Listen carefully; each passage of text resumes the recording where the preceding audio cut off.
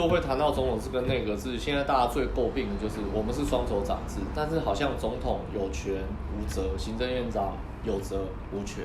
可是我更在意的其实是一个情况，就是说我们的政务官一般来说都是有治国的技术，但是不接地气。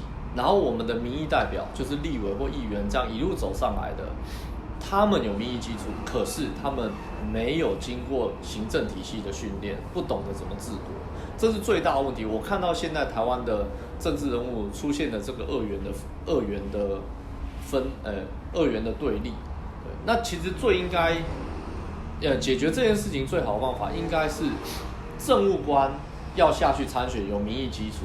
然后要走民意这一条路线的人，他是应该要有良好的学经历，在社会上有一定成就的人，他再出来参选立委，这样子我们才能整体让未来的政务官要治国的这一群人的素质提升，又同时具有民意的基础。那这个就只能用内阁制去改革，对，所以我比较赞成的是内阁制。那刚刚你是有提到说，所谓的政务官应该下来做立委，所谓的立法委员，甚至是地方的一个洗礼啦。那针对所谓的立委制度的部分，你是不是也会在未来有可能当上立委以后，推动所谓的修宪的工作？当然就是其实会想从政就是有理想。那我是觉得目前我们国家的这个法令，其实有的时候都是头痛医头，脚痛医脚，没有一个完整的配套。那举个例子来说，其实我对国会的改革算是有一个比较全面的想法。那具体的数字或许大家都可以再来讨论，但是我仅举个例让大家来了解一下我的想法。譬如说我举一个公式，我们小时候学数学就知道，距离等于时间乘以速率嘛，对不对？那你知道国会的席次的组成其实就是国会的席次是等于选区乘以每个选区的席次算出来的。那我们现在是113席。那113席选区这块就分两种，一种叫不分区，一种叫区域。那不分区34席拉出来，你的区域就79席。那79席里面比较特别，再拉出6席的平地原住民跟山地原住民，所以我们剩下73席。那73席73区73区每一区选1席，所以我们就有73个区域候选人。但是这造成什么结果呢？73区你算下来，等于我们30万人出1席立委。这代表什么？这代表我们每一席立委的民意代表的基础相对比较低。怎么说呢？以我在新北市或者是台北市为例，立委的选区比市议员的选区还小，对不对？那你这样会造成什么结果？我们就造成现在大家都网络上都在嘲笑啊，你选出里长型议员，对不对？立委跑得比议员还勤，注意的事情比议员还小。可是问题是，立法委员是出来要做国政的。我们是省国家预算，不是省市政府的预算，对。那更遑论说大家希望立委或国会的素质提升，可是你现在就是这个选区结构，你怎么能让立法委员的素质提升呢？所以举个例子，那现在来看113单一选区2票制以后，我们国会减半113席够吗？我们现在立法院有8个常设委员会加4个特别委员会。我这样算下来，平均分下来一个委员会大概10到11个人。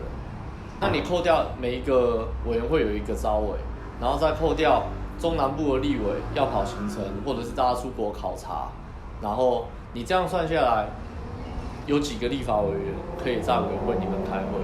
那这8个常设的委员会，其实有的委员会对的还不是一个部会，譬如说你卫环委员会，你要对卫福部。以前你还要对环保相关的，然后你还要对劳动部，对不对？你10个立委拆出来对这么多部会，请问业务承受得了吗？那所以应该怎么办？我们应该增加到150席立法委员，200席又太多，150席或许还可以。这个数字其实大家还可以讨论。那150席立委，但是我刚刚说了，如果席次增加，你的选区没有变，那是不是代表我们用更少，就是他每一席选区每一个选区所代表的人数会更低，那是不是更会选出里长型议员？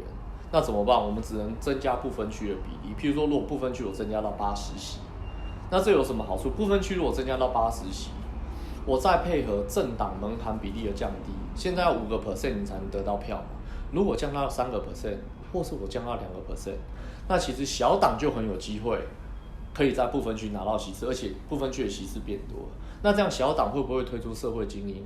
会不会在更多的政策上提出比大党更先进、更完善的政策？对不对？那在内阁制的精神下，我们本来就是希望，政党在国会里面有更多元的声音，然后不同大的党派跟小的党派去做合纵联合。对，像日本也是公民党跟自民党去合作。对，那这个情况下，大党受到小党的威胁，他是不是也必须要推出更好、更优秀的部分去名单，而不是现在你只要在中常会瞧一瞧，派系利益大家讲一讲，你只要进安全名单，你就能继续做立委。对，所以我们从这个方面，我们可以改革不分区的立委的数字。那另一方面，如果区域立委我说了30万人选1席，他有可能选出里长、新议员。如果我们把它变成100万人选3席，以前是100万人可能选到6席、7席，这样子你很有可能走偏激。我只要掌握这个选区5% 的票、10% 的票，我就上了。我可能强烈台独，或者是我去支持1国2制，我就有可能会上。可是如果100万人选区，你必须有一定的专业跟知名度，而且打国家层级的议题，你才会得到大家的青睐。但是你只当选3席，所以你不能走得太极端。我可能还是要拿到20几%或30几%的票，我才能进入前3名。在这种情况下，我既能保证不会被两大党把持，大家还是走中间务实的道路，可是我又给可能第三势力或小党一个空间。举个例来说，黄国昌委员可能在单一选区2票制下，他没有办法生存。可是如果在100万人选3席的情况下，他绝对有超过80%的几率很容易当选。那他还是可以做他全国性的议员，他不用做里长型的议员。那我当然希望大家全国，如果国会的立法委员都像黄国昌委员这么认真的话，那我们国会素质是不是有所提升？对吧？所以其实，我的想法就是，我们有利益良善的想法，我们有个好的想法，但是如果中间这个制度没有设计好，种瓜不一定得瓜，种豆不一定得豆。我比较在意的是这个产生立委的过程，讲白了就是游戏规则。游戏规则设定好，我们才能产出好的产品，那国会改革才有希望。